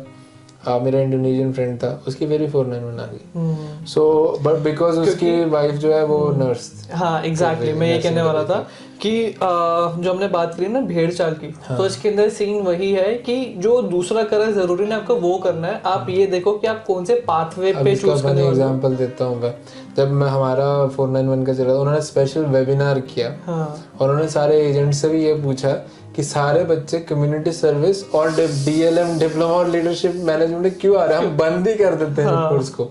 जिसको भी मिलो ना, आप क्या कर रहे हो, डिप्लोमा ऑफ लीडरशिप मैनेजमेंट, क्या कर रहे हो, डिप्लोमा ऑफ लीडरशिप। वो वाला साहब था कि पत्थर मारो तो किसी न किसी एक बंदे को तो लगेगा जो डिप्लोमा ऑफ लीडरशिप कर रहा है। वो वाला साहब है, वो तस्मेनिया में है, या तो कम्युनिटी सर्विस, दोनों में से कोई एक ना एक तो, क्योंकि उसी में पीआर आ रही है, उसमें भीड़ चाल और ऐसा होता है, पता है। तो इसलिए मैं ये बोलता हूँ कि जो सब भीड़ चाल में कर रहे हैं ना वो मत करो, क्योंकि सब वो कर रहे हैं ना तो इवेंचुअली वो चीज बंद होगी। और हुआ भी था, डिप्लोमा लीडरशिप बंद हो गया, और फिर एक टाइम ऐसा आया था कि जो कम्युनिटी सर्विस, जो एज केयर, डिसेबिलिटी केयर, उसमें पीआर मिलना मुश्किल हो गया था, क्योंकि सब कर रहे हैं। अभी भी ऐसा सीन हुआ। तो फिर आपने मैंने अप्लाई करा कौन से पाथवेज में? मैंने एम्प्लॉयमेंट से करा, और एम्प्लॉयमेंट में ये था कि मैं फिर भी डीएलएम कर रहा था एज अ बैकअप। मैं क्लासेस अटेंड करता था। बेस्ट पार्ट ये थी, कोविड की वजह से ऑनलाइन हो गई थी क्लासेस, और मेरा टीचर भी बहुत अच्छा था, ही वाज वेरी हेल्पिंग। सो हाँ, तो एम्प्लॉयमेंट में ये था, मैंने 3 महीने में निकाला सब कुछ, डिप्लोमा सारा जो भी कर रहा था। तो सितंबर तक मेरे को 6 महीने हो जाने थे। उस टाइम 6 महीने में हो जाता था, अब तो शायद 1 साल हो गए। तो 6 महीने अच्छे जमा के काम किया, काम वाला भी खुश, पीटी नाटी सब सही था। तो मैंने अब मेरे एजेंट को बोला, एक एजेंट, पहले तो मैं एजेंट ढूंढ रहा था, मेनलैंड वालों को तस्मेनिया का कुछ पता ही नहीं है। सो डोंट गो फॉर ऐसा एजेंट जो लोकेशन में ही, जिसको समझ में नहीं आती चीजें। उनके पास वहां इतने बच्चे हैं, वो यहाँ पे क्यों देखेंगे, है ना।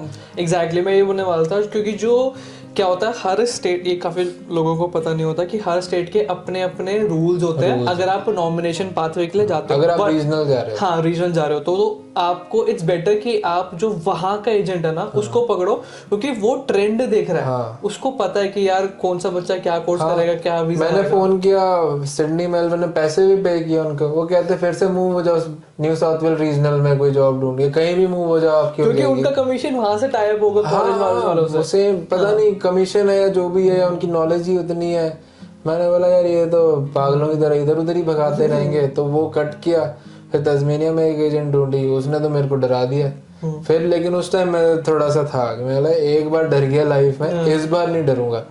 तो उसने मेरे को बोला कि आपका ये मैं यही कर दूंगी अकाउंटिंग का, आपका आ जाना चाहिए ना, अगर आपका एम्प्लॉयर आपकी हेल्प कर देगा। तो मैंने ठीक है। 15-20 दिन बाद I contacted her and she said I can't take your file, you can't get 491 190 whatever. पहले बोल दिया, हाँ, पैसे ले लिए $150, और उसके बाद कहती I will not do it, है ना। फिर मेरा घुमा दिमाग, मैं गया गूगल पे, उसके सारे 5 मैं बोला सब 5 तो हो नहीं सकते। मैंने डाला अपना रिव्यू, और मेरे दोस्तों ने देखा मेरी हालत, उन्होंने भी डाल दी। उसने उनको तो धमकी दी कि मैं तुम पे केस कर दूंगी, ये है ना। हाँ, तो उन्होंने बेचारे डर के मारे बोलते हमारी 491 चली जाएगी भाई। तो उन्होंने भी हटा लिया, बट मैंने नहीं हटाया। मेरे को आया उसका फोन, कहती I saw you have put the government, I will refund you your money back. मैं बोला it's not about money, it's about the information, है ना। You committed and then you like vanished पहले तो 20 दिन, उसके बाद तूने मना ही कर दिया। तो मैंने कहा अगर तू मुझे बोल देती ना पहले दिन कि मैं नहीं लगा सकती, तू नहीं लगा सकती, देन इट्स फाइन। हाँ एग्जैक्टली, आप नहीं लगा सकते, जो भी है ना, हो गया। But then she gave me the money back, but मैंने वो कमेंट नहीं हटाया, वो स्टिल अभी भी वहीं पे। पता लगना चाहिए ना अगले वाले बंदे को कि अब जरूरी थोड़ा ना कि एक बंदे को रिफंड कर दिया तो सबको रिफंड करेगी वो। ऐसे तो कितने को वो तो एक्सप्लॉइट करा मैंने होगा। डाल दिया ना, किसी और ने तो डाला नहीं। बहुत जने नहीं डालते हैं, एक्सप्लॉइट होते रहते हैं कि भाई आज मेरे डैड सेम डर से, मैं आ रहा था, मैंने उनको बताया मैं जा रहा हूँ पॉडकास्ट, नहीं तू क्यों कर रहा है ये सब, हम डर जाते हैं यार। मैं यही चीज मैं बता रहा हूँ कि हम डर जाते हैं। और अब ऑब्वियसली मैं इतना जैसे पॉडकास्ट कर रहा हूँ या इन्फॉर्मेशन अब हमें पता चल गई है कि भाई फेयर वर्क्स है, फेयर वर्क्स ओम्बड्समैन जगह है, वो आप उनके पास जाओ, वो आपकी हेल्प करेंगे। क्योंकि हमें बहुत डर लग रहा था कि यार हम जाएंगे, हम कंप्लेंट करेंगे, हमारा स्टूडेंट वीजा खतरे में आएगा, हम डिपोर्ट हो जाएंगे। नहीं भाई, वो यू आर द विक्टिम, तुम पे क्यों एक्शन लेंगे, तुम्हारी सुनी जाएगी। बट ये हमारी ना इंडिया की मेंटालिटी, जब मैं पुलिस वालों को इंडिया में देखता था इतना खौफ होता था, डर जाते हैं लोग, है ना, पुलिस वालों को। यहाँ पुलिस वाले तो साइड, मतलब मैं भी जहाँ काम करता साइड में ही आ रहे हैं हमारे साथ, लंच खा रहे हैं जो भी।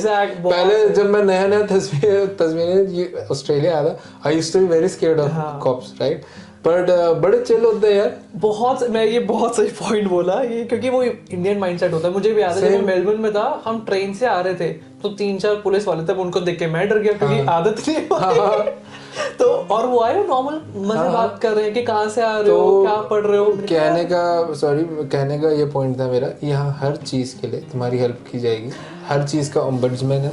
ओम्बड्समैन मतलब एक ऑर्गेनाइजेशन होती है जो ओवरसी करती है सारी चीजें, एंड दे कंट्रोल कि कोई गलत प्रैक्टिस तो नहीं कर रहा, कोई मल प्रैक्टिस तो नहीं कर रहा, इसमें आपकी हेल्प की जाएगी। सेम विद फेयर वर्क्स भी, तो हर चीज का है, आपको बस गूगल पे जाके ढूंढना है उनको। एटलीस्ट आपको नहीं फॉर्मली कंप्लेन करनी है, आप उनको फोन करके एडवाइस ले लो।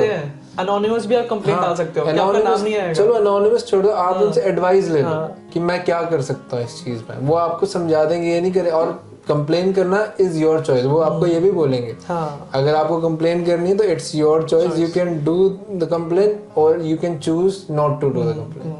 तो ये सारी चीजें हमें नहीं पता होती, ये पता होनी चाहिए। होपफुली लोग सुने और उनको पता चले थोड़ा। डरना नहीं है यार, मैं एक बार डरा लाइफ में एंड वो हो गई मिस्टेक, बट उसके बाद मैंने सोचा इन्फॉर्मेशन ढूंढो और चीजें हो जाती हैं। तो फिर उसके बाद कौन से एजेंट के पास गया? तो मैं गया यहाँ पे माइग्रेशन की करके, नॉट अ पेड पर्सन, पहले बता रहा हूँ। वो बंदे बहुत अच्छे हैं, वो मेरे पूरे घर के सारे लोगों का वीजा संभालते हैं, जो भी प्रॉब्लम्स है ना। तो सुखविंदर नाम है उनका, सुखविंदर भाई। तो वो मतलब उन्होंने मेरे को स्ट्रेट फॉरवर्ड थे, ज्यादा बात नहीं करेंगे वो आपको, मतलब वो नहीं लगाएंगे, मक्खन नहीं लगाएंगे। अगर आपका आएगा तो वो बोल देंगे आएगा, नहीं आएगा तो सीधा मुंह पे बोल देंगे नहीं आएगा, but he will give you the solution कैसे लेके आना है। तो वो चीज मुझे उनकी बहुत अच्छी लगी। तो उन्होंने क्या किया, मुझे बोला अभी तू ये नहीं कर सकता, स्टार्ट प्रिपेयरिंग योर फाइल, और जब सही टाइम होगा ना then I will put your file. मैंने कहा सर अब टाइम तो बचा नहीं पाजी, मैं क्या करूंगा एकदम से ना। कहता हम आपका स्टूडेंट वीजा भी कर देंगे, डीएलएम कर रहे हो ना आप, तो वो तो आपका इंश्योरेंस है ही है, बैकअप प्लान। हाँ बैकअप प्लान था, बहुत जरूरी है यहाँ पे बैकअप प्लान। क्योंकि मुझे था कि मेरा 1 साल का वीजा बचा था, और 1 साल बहुत छोटा टाइम होता है एफएससी। वो हम इंडिया में सोचते थे बहुत लंबा टाइम होता है, बहुत छोटा टाइम होता है, काम करते आपका टाइम निकल जाता है। तो काम करते पढ़ते ये सारे पेपर वो कितनी लंबी ट्रेल है ना। पीवाई 1 साल का है, पीटी को प्रिपेयर डेट्स नहीं मिलती है, 2-2 महीने दूर तो डेट है। पीटी का भी सेम है और नाटी का भी सेम है, इट्स टू मच है ना। ऊपर से फिर तुमको 5 पॉइंट यहाँ पे लोकली पढ़ने के मिलते थे उस टाइम पे 1 साल, तो वो 1 साल आपको एक और जा रहा है। तो उन्होंने मेरे को बोला कि आई will put it on right time, है ना, तो आप मुझे सब कुछ प्रिपेयर करो, उसने कहा। और उन्होंने बोला कि मुझे प्रिपेयर करके भेजो, मैं देखता हूँ और उसमें क्या स्कोप है। उन्होंने देखा, 1 हफ्ते बाद मुझे फ़ोन आया उनका, वो कहते हैं हो जाएगा, बट टाइम मैं बताऊँगा कब करना है, डोंट वरी। मैंने उनको बताया यही जो हुआ था मेरे साथ, कि वो तो बोल रही थी नहीं हो। कहता नहीं स्ट्रेस वाली बात नहीं, हाँ प्रायोरिटी में नहीं हो बट होने के चांसेस हैं, क्योंकि एक टाइम पे भी वो एक लिमिट तक प्रायोरिटी उनको भी चाहिए बंदे यहाँ पे, है ना। ऐसा तो नहीं कि सिर्फ वो नर्स इंजीनियर्स और डॉक्टर को ही देंगे, बाकी सब खाली पड़ा कोई काम करने के लिए, वरना 10 महीने कोई आएगा ही नहीं। ये डर होता है लोगों में कि प्रायोरिटी तो ये मेरा तो नहीं होगा। ऐसा नहीं है, होता है अगेन देर नहीं है। हाँ सेम तो फिर मैं क्या करता था, मेरा रूटीन बन गया, अब सिर्फ काम रह गया, कोई पीटी नहीं कुछ नहीं, डिप्लोमा भी स्मूथ ऑलमोस्ट खत्म होने वाला था। Every morning I used to wake up, सबसे मैंने वो बुक मार्क करके रखी थी स्टेट ग्रोथ की साइड, माइग्रेशन वाली। Every morning I used to wake up, I used to see the date, क्योंकि कोविड के दौरान डेट्स नहीं खोलते थे और नई इन्फॉर्मेशन अपलोड होती थी। सो एवरी मॉर्निंग, मैं एक दिन 2 दिन की बात नहीं करूँ, every single day I used to do that. और जो मैंने करियर वाला जो अपना जो लेटर बनाया था, कमिटमेंट लेटर बनाया था, वो बन चुका था अक्टूबर मिड तक। पर मुझे सुखविंदर पाजी ने बोला कि नहीं, अभी हम नहीं अप्लाई करें, you polish this. From November, October mid से लेके जनवरी तक मैं उस चीज़ को रोज सुबह उठ के पढ़ता था। मैं इतना बोर हो चुका था एक टाइम में, क्यों पढ़ रहा हूँ इसको मैं, but I used to find new ideas, कुछ नया। वो इतना पॉलिश हो गया। तो उससे हुआ क्या, जब हमने अप्लाई किया ना, इट वाज फर्स्ट वीक, उन्होंने बोला हाँ हम अप्लाई करते हैं तुम्हारा ना, पहले मैं अपनी प्रायोरिटी वाली फाइल्स निकाल दूँ नर्स वगैरह की, उसके बाद मैं तुम्हारे पे आऊँगा। जैसे ही आया हमने अप्लाई किया, और क्या कहते हैं, डुअल रोल था मेरा। मैं ये नहीं कह रहा हूँ बहुत आसान था, मैं फाइनेंस में भी काम कर रहा था और मैं डाटा मैनेजमेंट में भी काम कर रहा था। सो जैसे ही वो हुआ, उन्होंने अप्लाई किया, मेरा वीज़ा मई 12 को ख़त्म हो रहा था, इट वाज मंडे, और मैंने अप्लाई किया था मार्च के पहले वीक में। तो मुझे कोई वो नहीं था, तो मैं स्टूडेंट वीज़ा के लिए रेडी था। I was preparing for the student visa, है ना। तो फ्राइडे आया और सुखविंदर बाजी ने मुझे बोला था कि मेडिकल से अपना करा लेना, वो क्या इंश्योरेंस स्टूडेंट वीज़ा के लिए। तो और पैसे थे नहीं यार, चल रहे थे क्रेडिट कार्ड पे, तो चलते रहो क्रेडिट कार्ड पे, है ना। तो उन्होंने मेरे को बोला, तो उनका मुझे फिर फ़ोन आया, 2 महीने हुए थे, कोई एक्सपेक्टेशन नहीं 491 कुछ होगा ना। तो उनका मुझे फ़ोन आया, जीत वो करा लिया इंश्योरेंस? नहीं मैं अभी करा के भेज देता। कहता कोई ज़रूरत नहीं, मैं काम पे था। मैंने क्या हो गया, मैं डर गया एकदम से ना। कहते तुम्हारी नॉमिनेशन आ गई। ओ यार, रो हंसू नाचू क्या करूं, मेरे काम पे मुझे गोरा देखता वो बोलता है भाई तू घर जा, आज तेरा काम करने का मेरे को लगता नहीं तू कर पाएगा, तू जाके एंजॉय कर। उसने मेरी मेहनत देखी यार, क्योंकि वो 10 साल से यहाँ काम करता है और ऑपरेशंस में था, but I was handling the branch. और जब मैं तस्मेनिया आया तो मैं साथ में एक बिजनेस स्किल लेके आया, जो यहाँ पे तस्मेनिया में उनके यूनिट ही नहीं थी। वो यूनिट मैंने यहाँ खोली, सेटअप किया ना पूरा, मशीन्स मंगवाई मेनलैंड से।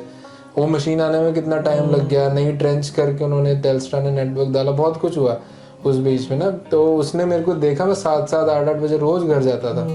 उसने बोला आज तू जा भाई, जा। अपनी बॉस को बोलेगा ना, बोलता मैं तेरी बॉस को बोल दूंगा he is gone for something, है ना, कोई काम गया ऐसे क्या। बट मैं गया, ओ भाई ऐसा लगा शोल्डर्स पे वो सारा स्ट्रेस, सारी सब कुछ ऐसे निकल गया। बट फिर मैंने सोचा यार ये सब तो मुझे मिल गया, बट एक चीज़ मैंने खोई, विच वॉज माई मम। आई कुडंट गो वीज़ा की वजह से। जब उनका हुआ था कोविड में, she passed away because of Covid.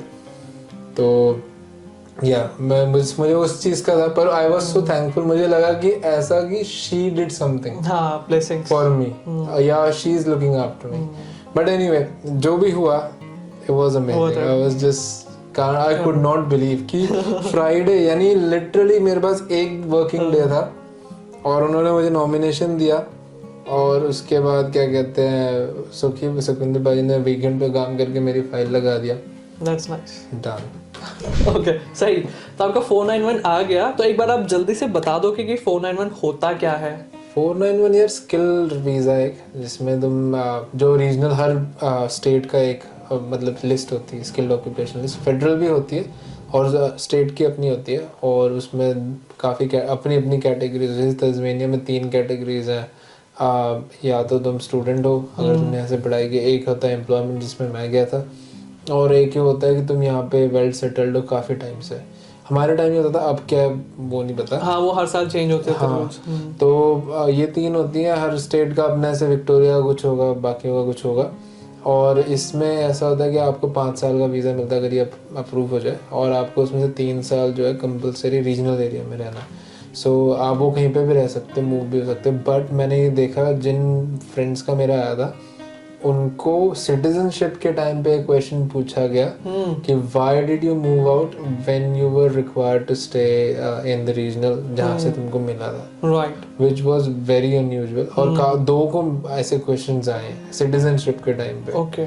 तो बट उनसे कुछ इफेक्ट हुआ उनका नेगेटिवली है जो लाइक नॉर्मल? उन्होंने उसके बाद डिटेल में नहीं बताया मुझे पर उनकी सिटीजनशिप हो गई। हाँ। बट बहुत एक्सप्लेनेशंस मांगते हैं जब आप मूव हो जाते हो ना यहाँ से बाद में। एंड आई गेस फेयर भी है क्योंकि जो स्टेट आपको comment करते हैं ना। हाँ स्टेट नॉमिनेशन आपको दे रही है वो इसलिए ही दे रही है कि आप यहाँ पे रुकोगे। इसी वजह से तस्मेनिया ने तो अब तो स्टैट्यूटरी डिक्लेरेशन साइन कराना शुरू कर दिया कि मैं 2 साल मिनिमम यहीं रहूंगा वीजा आने के बाद।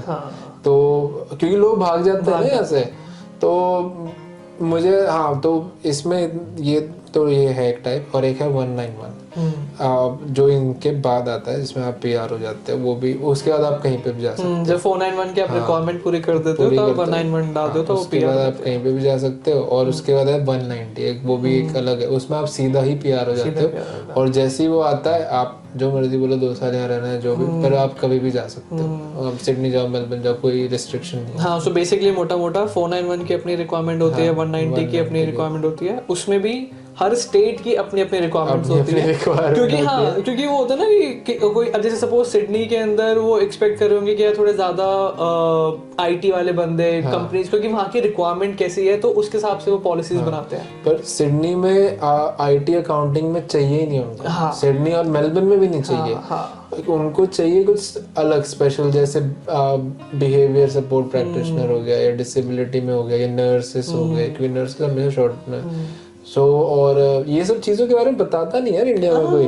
लोग बोलते हैं मैं नर्स में काम करूंगी, एक तो हमारी मेंटालिटी वो बीच में आ जाती है नर्स की तरह का, और यहाँ आके फिर तुम पोछा भी मार रहे हो यार रेस्टोरेंट्स में, क्योंकि आप ये बता नहीं पाते इंडिया के अंदर कि आप ऐसे नर्स काम, क्योंकि माइंडसेट वैसा आ जाता है ना कि हाँ वहाँ पे जाके नर्स की तरह काम कर रहा है, ये करता होगा वो करता होगा। बट मुझे ऐसा लगता है कि वही वहाँ पे उन्होंने माइंडसेट ऐसा बना रखा है इसलिए आप बता नहीं पाते।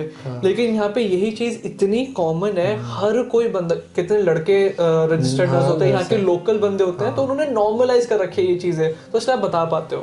सही इंडिया में मुझे ऐसा लगता है कि बहुत फीमेल क्या कहते हैं ओरिएंटेड इस जॉब को बना दिया क्योंकि हमारी सोसाइटी वैसी है, बट एक्चुअली में ऐसा है नहीं। एग्जैक्टली अब पता है वही मुझे एक हल्का सा शिफ्ट कहाँ लगा था जब मैं यहाँ पर ऑस्ट्रेलिया आया, तो जो ट्रक लड़कियां चला रही थी। हाँ चलाती, बस भी चलाती। हाँ बस हो गया, ट्रक हो गया, लड़कियां चला रही। अब अगेन इंडिया में तो हमने देखा नहीं ऐसा, तो हमने कहा यार यहाँ पे लड़कियां चला रही है। मैं भी बहुत शौक है, बट अगेन यहाँ पे नॉर्मल है तो बहुत नॉर्मल। और बस वालों की तो जो चलाती है उनकी टॉर देखना आप, मतलब चश्मा ब्लैक लगा के जैकेट पहन के सही में अपनी धुन में ईयरफोन लगे हुए गाने मस्त चल रहे हैं मस्त भाई। हाँ ये तो खैर मैं भी बहुत, मैं स्टार्टिंग में देखा मैंने इनकी बड़ी चौड़ है यार। और प्रॉपर उनको जगह दी जा रही है, बहुत सिस्टम। वर्क लाइफ बैलेंस भी बहुत है। 2 घंटे आप चलाओ, उसके बाद ब्रेक लो 1 घंटे का, then you drive for 2 hours, then take a break.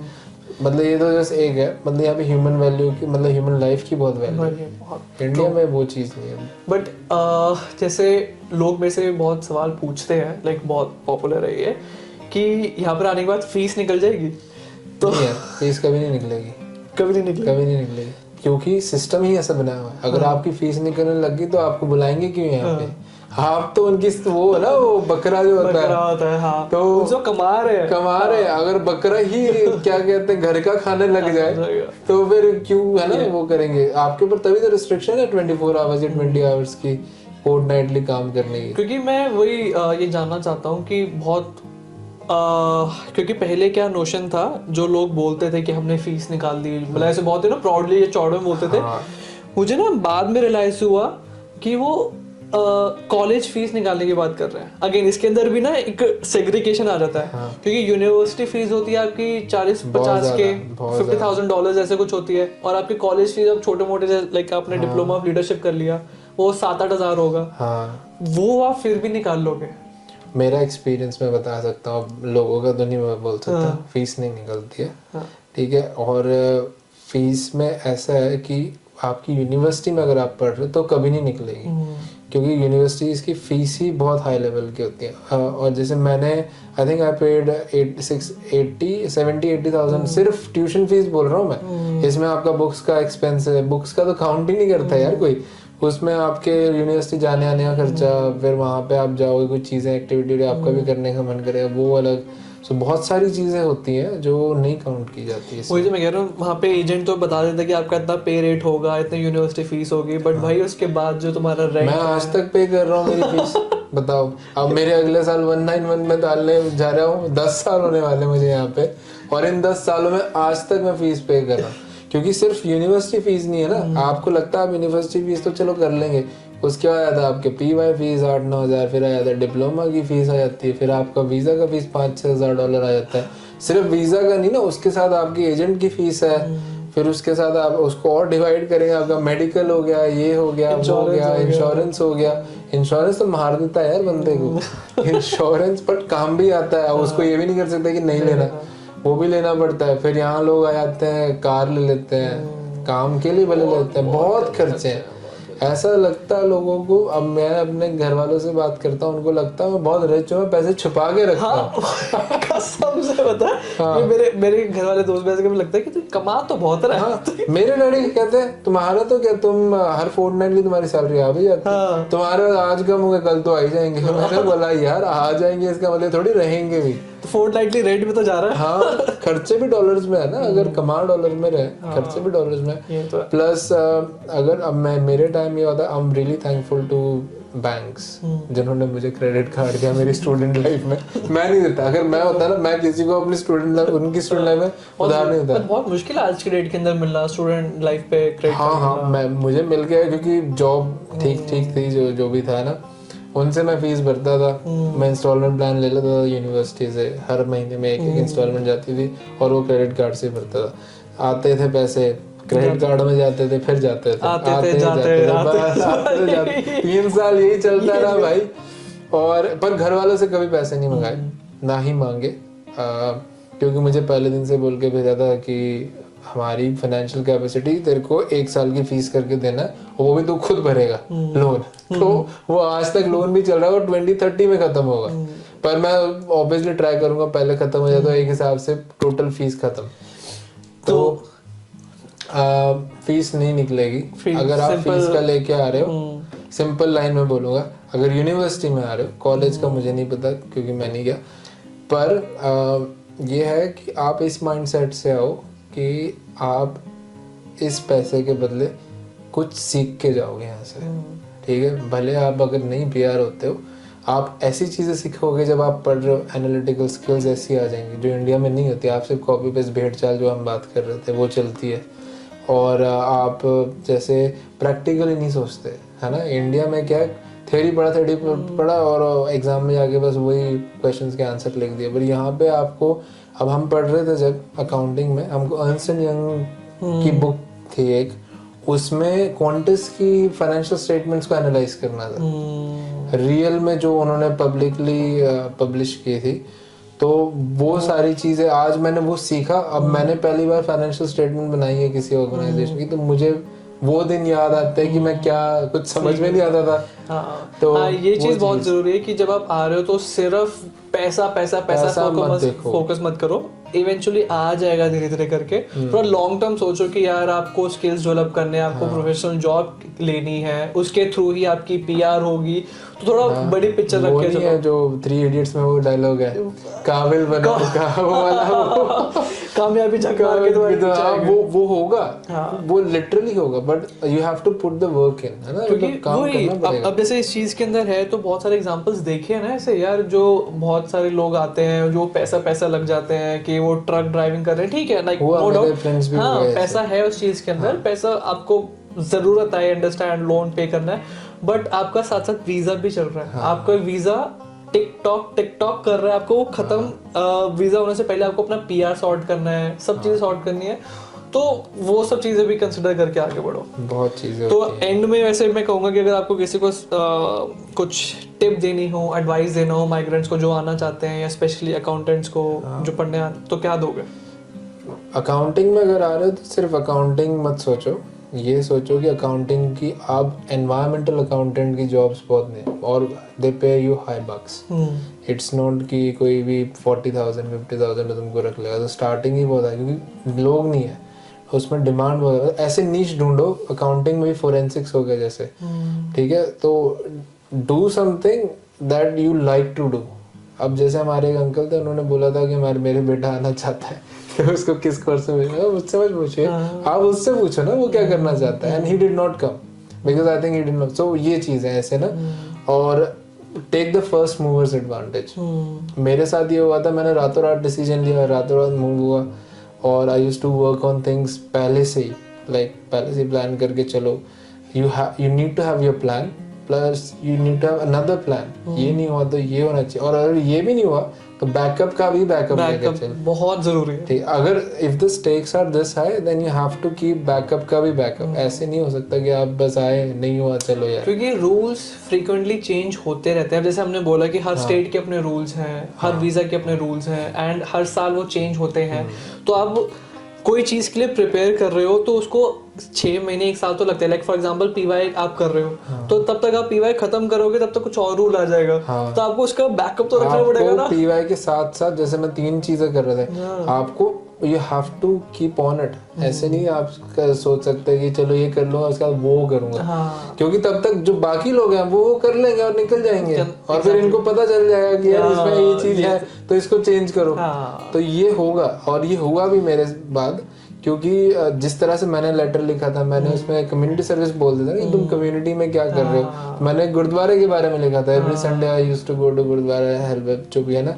मैंने 1-2 लड़कों को वो लेटर दिया, उन्होंने सेम चेपा मारा, उनका एक का आ गया, दूसरे का रिजेक्ट हो गया। सेम, तो कॉपी पेस्ट करना। हाँ, कॉपी पेस्ट जब करने लग जाते हैं ना लोग, चाहे वो प्रोसेस हो चाहे लेटर, वही सेम जो हमने बात करी डिप्लोमा ऑफ लीडरशिप की। पहले स्टार्टिंग में किसी को पीआर आ गई होगी डिप्लोमा ऑफ लीडरशिप करके, अब पता चल गया इसमें पीआर आ रहे तो सब उसमें लगे पड़े हैं, फिर बंद कर दिया उन्होंने। Think out of the box जब बोलते हैं, तो पढ़ाई में तो चलो भले मत करो, पर लाइफ में करो। क्योंकि अगर मैं भी सेम कॉपी पेस्ट मारने लग जाता ना सबका, फिर कुछ नहीं होता मेरा भी, है ना।